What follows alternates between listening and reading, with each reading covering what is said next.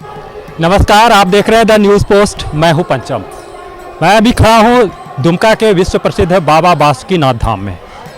श्रावणी मेला का समय है और कहा जाता है विश्व का सबसे लंबा मेला है जो 1 महीने तक चलता है। श्रावणी में मास में सावन के महीने में या श्रावणी मेला में काफ़ी संख्या में श्रद्धालु देवघर के बाबा बैद्यनाथ और दुमका के बाबा बासुकीनाथ धाम आते हैं। बिहार के सुल्तानगंज से श्रद्धालु गंगा से जल भरते हैं और पैदल देवघर आने के बाद बाबा बैद्यनाथ पर जलार्पण के बाद बाबा बासुकीनाथ धाम आते हैं। इस सब के बीच कुछ श्रद्धालु ऐसे भी होते हैं जिन्हें डाक बम कहा जाता है। डाक बम के पीछे यह कहा जाता है कि 24 घंटे के अंदर उन्हें देवघर के बाबा बैद्यनाथ पर जलार्पण करना पड़ता है। हमारे साथ एक अभी डाक बम है, इनका नाम दीपक मिश्रा। इनके पीठ पर अगर आप देखें तो यह उल्लेख है डाक बम 2007 से सावन का प्रत्येक सोमवार। नाम दीपक मिश्रा, घर चंपानगर, थाना नाथनगर, जिला भागलपुर और इनका मोबाइल नंबर है। कहते हैं ना, भक्ति में गजब की शक्ति होती है। कभी नंगे पांव घर से बाहर नहीं निकलने वाले भी श्रद्धालु सावन के महीने में लगभग 105 से 10 किलोमीटर दूर की लंबी यात्रा पैदल तय करते हैं। वर्ष 2007 से इनका डाक बम का सफर शुरू हुआ है। 2 वर्ष कोरोना के कारण बाधित रहा। इनसे पूछते हैं, बम जी क्या नाम हुआ? मेरा नाम दीपक कुमार मिश्रा हुआ।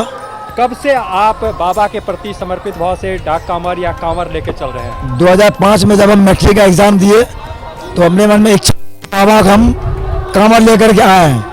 इस दरमियान हमने बाबा को लगातार 10 साल कांवर यात्रा किए। कांवर यात्रा के बाद हमें मन में आस्था हुआ अब इनको हम प्रत्येक एक सोमवार डाक उठाए। तो जब हमने 3 सोमवार डाक उठाए तो मेरे मन में कुछ भावना में हम अपने बाबा दिल से बाबा से हमने कुछ मांगा, हे महादेव अगर हमारी मन की तमन्ना को तुम पूरा कर दो तो हम प्रत्येक सोमवार तुमको हम अपने श्रद्धा या विश्वास तुमको हम डाक लेते आएंगे। 2005 में हमने उनसे कुछ मांगे, 6 में हमने वो हमको दिए और 7 से उनका हम प्रत्येक सोमवार सेवा दे रहे हैं।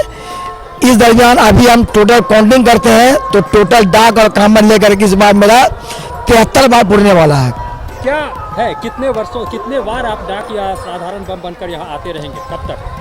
हम तो विचार किए 108 कांवर चढ़ाएंगे उनको, जबकि हम 73 पार कर चुके हैं। पहले भी आप आते थे, सामान्य बम बन के भी आए और अब जो है सो डाक कांवर भी ला रहे हैं वर्ष 2007 से। रास्ते की जो व्यवस्था है, खासकर अगर बात करें बिहार सरकार और झारखंड सरकार, क्या व्यवस्था? बिहार में तो रास्ते का व्यवस्था बहुत अच्छा है झारखंड के तुलना में। यहाँ पे जैसे सेकेंड सोमवार जो हम गए, फर्स्ट सोमवार के दिन हर जगह लाइट की व्यवस्था वगैरह थी। सेकेंड सोमवार को बहुत अंधेरे में हम लोग को चलना पड़ा, प्रशासन भी सामने में नहीं थे और तारापुर के बाद से पूरे रास्ता में हम लोग को टॉर्च से यात्रा करना पड़ा। इधर जब बासुकीनाथ आते हैं तो क्या परेशानी होती है? श्रद्धालुओं के हित में क्या मांग करेंगे? उनसे यही मेरा मांग करना है, जिस परिस्थिति से हम लोग वहाँ से आते हैं बिना रुके हुए, हम लोगों को प्रशासन से एक आग्रह है कि कम से कम जल अर्पण करने की सुविधा दिया जाए, खास करके डाक बम वाले को। बासुकीनाथ में भी यहाँ पे व्यवस्था नहीं मिलती? नहीं, यहाँ व्यवस्था हम लोग को नहीं मिलती है। कतार में लगना पड़ता है। कतार में लगना पड़ता है। कितनी परेशानी होती है? 110 परेशानी चलते हैं, उसके बाद 2 घंटे 4 घंटे की बात रहे तो कोई बात नहीं है, कभी कभी 6-6 8 घंटा हम लोग लाइन लगा पड़ता है।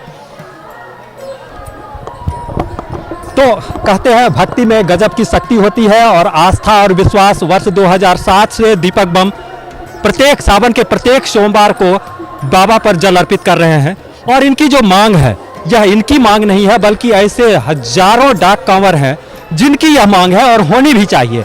बासुकीनाथ 2 तरह से डाक बम आते हैं। एक तो भागलपुर के बरारी से जल अर्पित करते हैं, उठाते हैं और सीधा वो बासुकीनाथ धाम आते हैं। उनके लिए दुमका जिला प्रशासन की व्यवस्था होती है कि हसडीहा के पास ही उन्हें पास मिल जाता है और वह सीधा बगैर कतार में लगे फौजदारी बाबा पर जलार्पण करते हैं। दूसरे तरह के डाक कांवरिया वो होते हैं जो सुल्तानगंज से जल भरते हैं और देवघर बाबा बैद्यनाथ पर जलार्पण के बाद बस के माध्यम से या अपनी सवारी के माध्यम से वो बासुकीनाथ पहुंचते हैं। लेकिन जो डाक कांवर पहले देवघर जाते हैं और उसके बाद वो बासुकीनाथ आते हैं, तो बासुकीनाथ या दुमका जिला प्रशासन द्वारा उनके लिए कोई ऐसी व्यवस्था नहीं की गई है। उन्हें भी कतारबद्ध होकर फौजदारी बाबा पर जलार्पण करना पड़ता है। तो आप समझ सकते हैं, वैसे भी शख्स होते हैं डाक कंवरिया जो कभी नंगे पांव घर से बाहर कदम भी नहीं रखते हैं, लेकिन बाबा की यह असीम अनुकंपा है जो 108-10 किलोमीटर पैदल चलकर, वो भी 24 घंटे के अंदर जलार्पण के बाद फिर बासुकीनाथ आते हैं। और यहाँ अगर वैसे श्रद्धालुओं को घंटों कतारबद्ध होकर जलार्पण करना पड़े तो उनकी परेशानी को समझा जा सकता है। जरूरत है जिला प्रशासन और राज्य सरकार से कि देवघर के बाद बासुकीनाथ आने वाले डाक कांवरियों के लिए भी वैकल्पिक व्यवस्था की जाए ताकि उनके लिए जलार्पण सुलभ हो सके। द न्यूज़ पोस्ट के लिए दुमका से पंचम कुमार झा।